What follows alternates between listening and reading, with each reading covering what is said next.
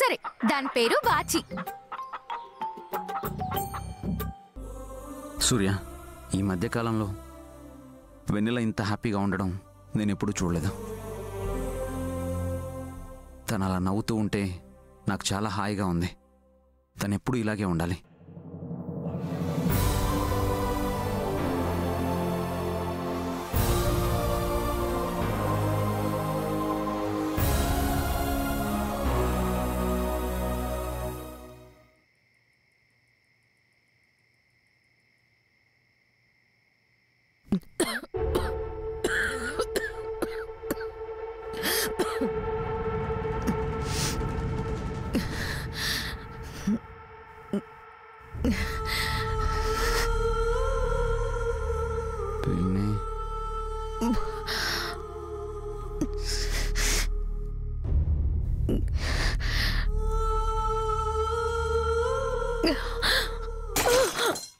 పిన్ని,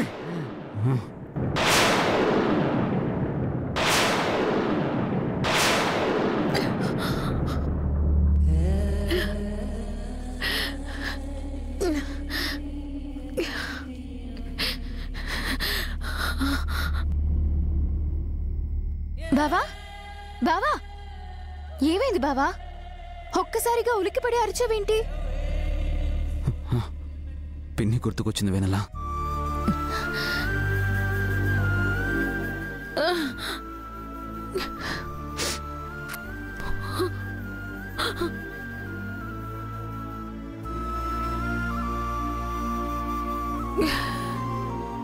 నాకెందుకు పిన్నికేదో కీడు జరిగినట్టు, బాధలో ఉన్నట్టు అనిపించింది.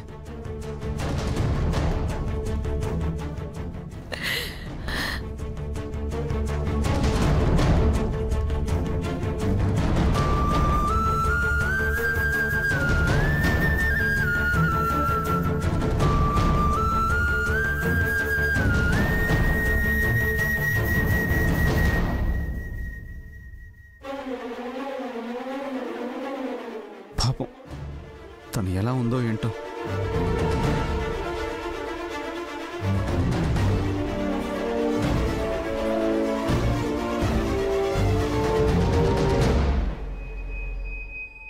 ఆవిడికి బాగానే ఉంటుంది బావా.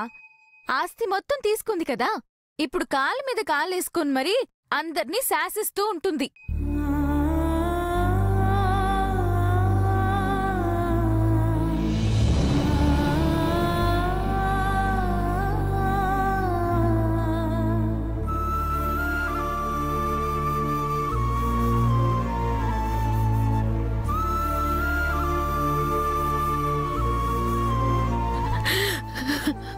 నాకు తెలిసి ఆవిడక్కడ వైభోగాలు అనుభవిస్తూ ఉంటుంది.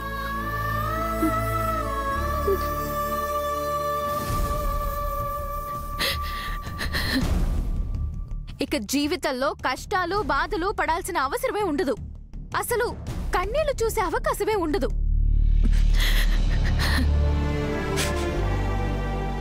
అలాంటి ఆవిడ గురించి నువ్వు బాధపడాల్సిన అవసరం లేదు బావా.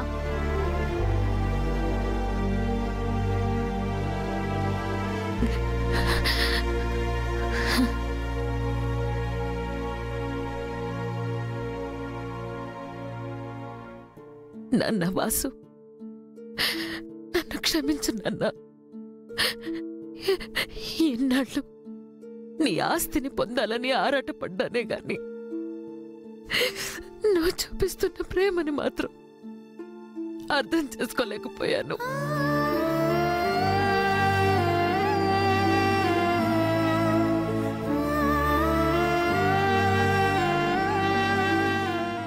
ఆస్తి మొత్తం నా చేతికొచ్చాక నీతో అవసరం ఉండదని, నా పిల్లలతో సంతోషంగా గడపొచ్చని అనుకున్నాను. కానీ అదే నాకు శాపమై తగులుతుందని నేను ఊహించలేదు నాన్న.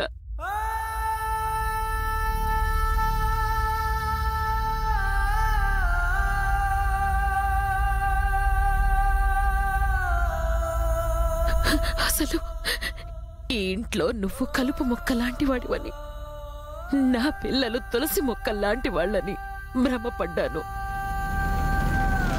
కానీ నువ్వు అమృతమని వీళ్ళే విషమని తెలుసుకోలేకపోయాను.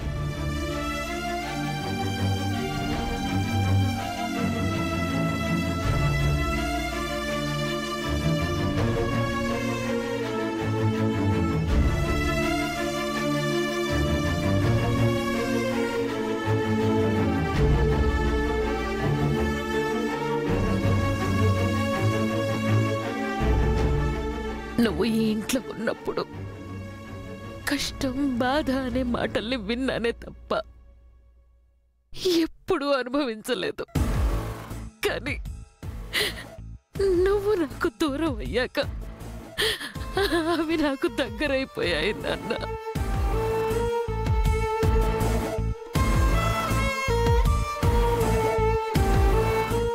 నువ్వు నా కడుపున పుట్టకపోయినా నన్ను దేవతలా చూసుకున్నావు. కానీ వీళ్ళు మాత్రం నా కడుపున పుట్టే నేను ఈ స్థితికి రావడానికి కారణమయ్యారు.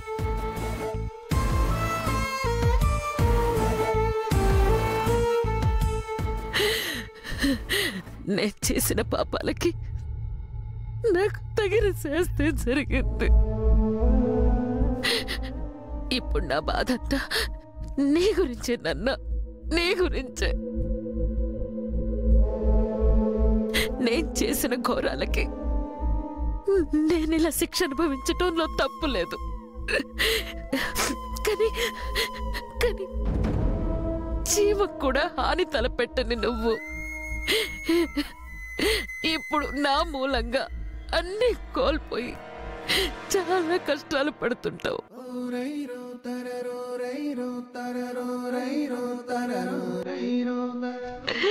నేను చేసిన దానికి నన్ను క్షమించు నాన్న, క్షమించు.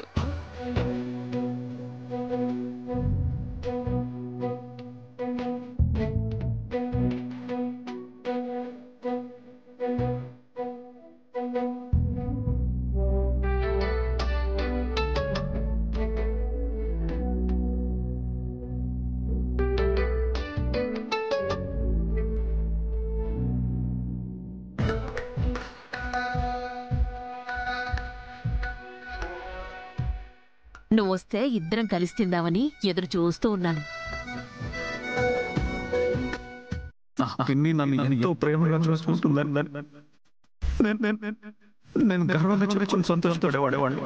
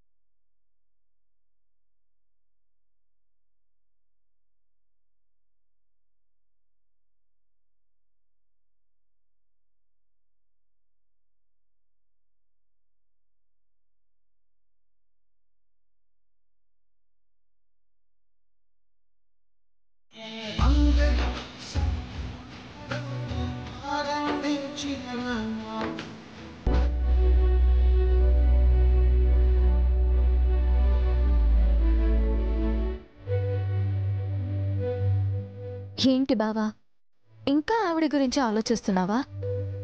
లేదు వెన్నెల, నా మనసు భారంగా ఉందంటే అక్కడేదో జరిగిందనిపిస్తుంది.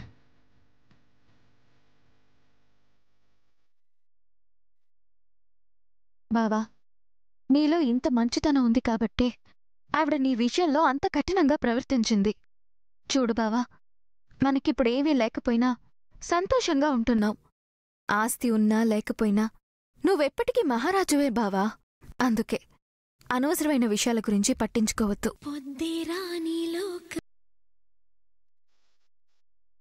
సరే బావా, భోజనం తీసుకొస్తాను.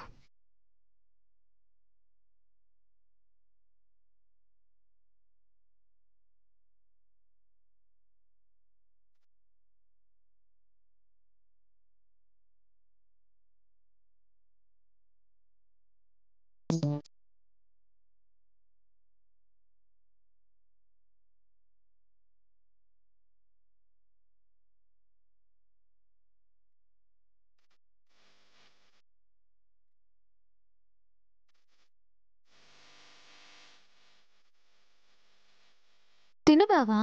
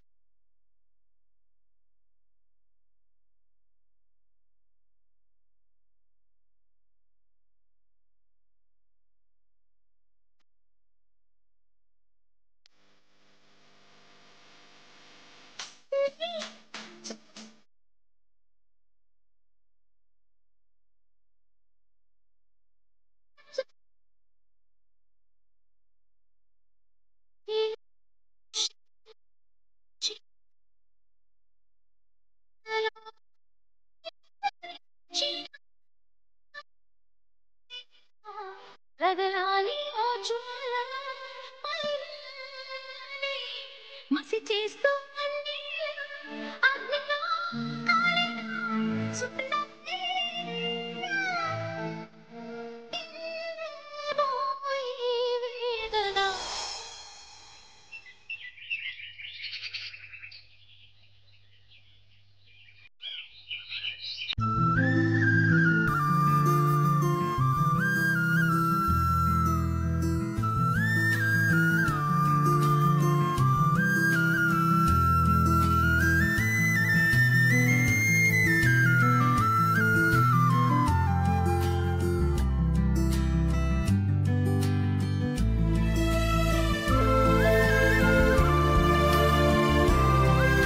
స్వామి, మేమున్న ఊరు వదులుకుని ఈ సిటీకొచ్చాం.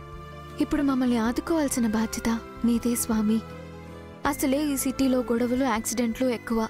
అందుకే మా బావకి, ఆటోకి ఏమీ కాకుండా చూసుకోవాలి. అంతేకాదు, మా బావ పడుతున్న కష్టానికి తగిన ఫలితం ఇచ్చి మేము చల్లగా ఉండేలా చూడు స్వామి.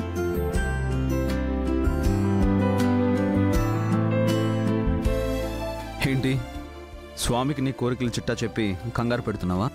అదేం లేదు బావా, మనిద్దరం ఎప్పుడూ సంతోషంగా, అన్యోన్యంగా ఉండేటట్టు చేయమని కోరుకుంటున్నాను.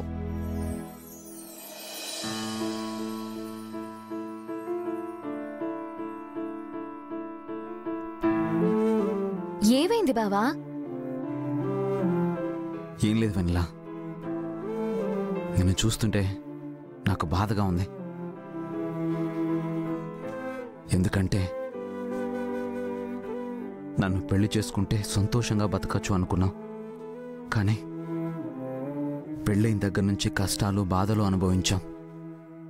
ఇప్పుడు పేదరికం అనుభవిస్తున్నాం. అదే నన్ను పెళ్లి చేసుకోకుండా వేరే వాళ్ళని చేసుకొని ఉంటే నీ జీవితం సంతోషంగా ఉండేదేమో. బావా, ఇంకెప్పుడు అలా అనకు. నేను తట్టుకోలేను బావా. అయినా నేను కష్టాలు, బాధలు అనుభవించి బ్రతకడం ఏంటి బావా? మనసుకి నచ్చిన వాణ్ణి పెళ్లి చేసుకుని చాలా సంతోషంగా బ్రతుకుతున్నాను. ఇంకా పేదరికం అంటావా? డబ్బులుంటేనే ధనవంతులు అయిపోరు. మనల్ని ప్రేమించి ప్రాణంగా చూసుకునే భర్త మన పక్కన లేకుంటే ఎంతటి కోటీశ్వర్రాలైనా పేదరికంతో సమానం. ఆ విషయంలో నేను పెద్ద కోటీశ్వర్రాల్ని బావా.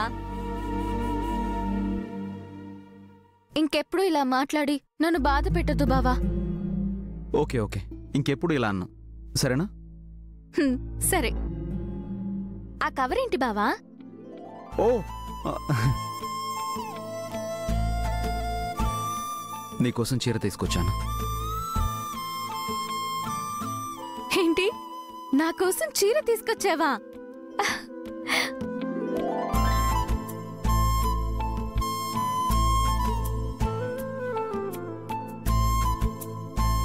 చాలా బాగుంది బావా, చాలా అంటే చాలా బాగుంది.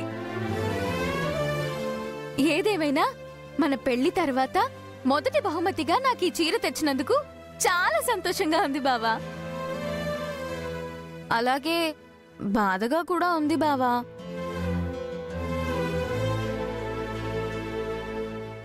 బాధగానా? ఎందుకు వెన్నెలా? ఎందుకంటే నువ్వు ప్రేమతో చీర తెచ్చావు కానీ నాకు చీర కట్టుకోవడం రాదు బావా. హా? ఏంటి? చీర కట్టుకోవడం రాదా? రాదు. దానికి అంత బాధపడాల్సిన అవసరం ఏముంది అమ్మగారు? అయ్యగారు కడతారులేండి. హా? నేనా? అదేంటి అయ్యగారు అలా అంటారు? పెళ్ళయ్యాక ఆడపిల్లకి ముద్దు ముచ్చట భర్తే తీర్చాలి. అవును బావా, నువ్వే కట్టాలి. చూడు, చీర తీసుకురావడం వరకే నా బాధ్యత. ఆ చీర కట్టుకుంటావు లేదో నీ ఇష్టం. అదేంటి అయ్యగారు? ముందు నువ్వు వెళ్ళి ఆటో తుడు. అలాగే అయ్యగారు. నువ్వు కూడా వెళ్ళు. అలాగే.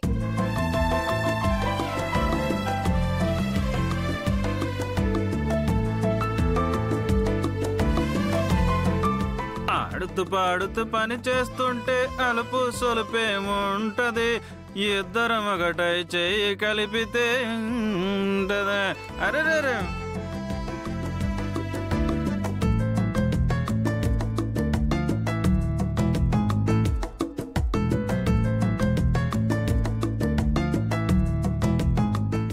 ఆడుతూ పాడుతూ పని చేస్తుంటే అలుపు సొలుపేముంటది.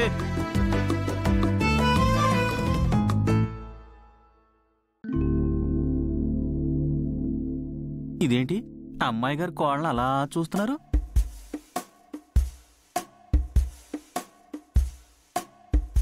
ఏంటమ్మా కోళ్ళను అలాగే చూస్తున్నారు? దీనికి వద్దామా? ఓ, పుంజులన్నీ పెట్టలేనని లెక్కేస్తున్నావా? కాదు, కోడి కూర కోసం ఏ కోడిని కొద్దామా అని ఆలోచిస్తున్నాను. ఇందులో ఆలోచించడానికి ఏముందమ్మా? ఏదో కోడిని కోసేస్తే పోయే, లేదా వాటిని అడిగేసాయి. అరే, మంచి సలహా ఇచ్చావు. అయితే వాటిని అడుగుతానుండు. ఇదిగో, మా బావకి కోడి కూర అంటే చాలా ఇష్టం. మీలో ఎవరు ప్రాణత్యాగం చేస్తారో చెప్పండి. వాము, నేనేదో మాట వరుస కంటే అమ్మాయి గారండి నిజంగానే అడిగేస్తున్నారు. ఇంతకీ కోళ్ళేం సమాధానం చెప్తాయో చూద్దాం. అడిగేది మిమ్మల్నే. మా బావ కోసం ఎవరు ఆహుతవుతారు?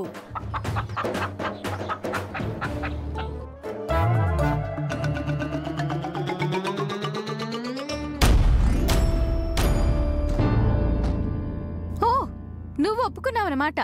చాలా మంచిది. ఏంటమ్మా, నీ కోళ్ళ భాష కూడా వచ్చా? ఇదే ఒప్పుకుందని నీకెలా తెలుసు? నేను అడగగానే కూత సిగ్నల్ ఇచ్చింది కదా, అంటే ఒప్పుకున్నట్టే కదా. అందుకే దీన్ని కోసి కూర వండుతాను. ఇదిగో, దీన్ని శుభ్రంగా రెడీ చేసి తీసుకురా. ఈ లోపు నేను మసాలాలు రెడీ చేస్తాను. వెన్నెలా, ఏంటిది? నా కోసం నువ్వు ఈ కోడిని బలి చేయాల్సిన అవసరం లేదు. శుభ్రంగా కూరగాయలతో వంట చేయి. అది కాదు బావా. చెప్తున్నాను కదా, నేను చెప్పినట్టు చేయి. సరే బావా, ఇప్పుడు కోడిని కాకుండా కూరగాయల్ని బలి చేసి కూర చేయమంటావు, అంతేగా? అమ్మా, కూరగాయలను బలి చేయడం ఏంటి? ఇప్పుడు మనుషులకి కోళ్ళకి ప్రాణం ఉన్నట్టు మొక్కలకు కూడా ప్రాణం ఉంటుంది కదా.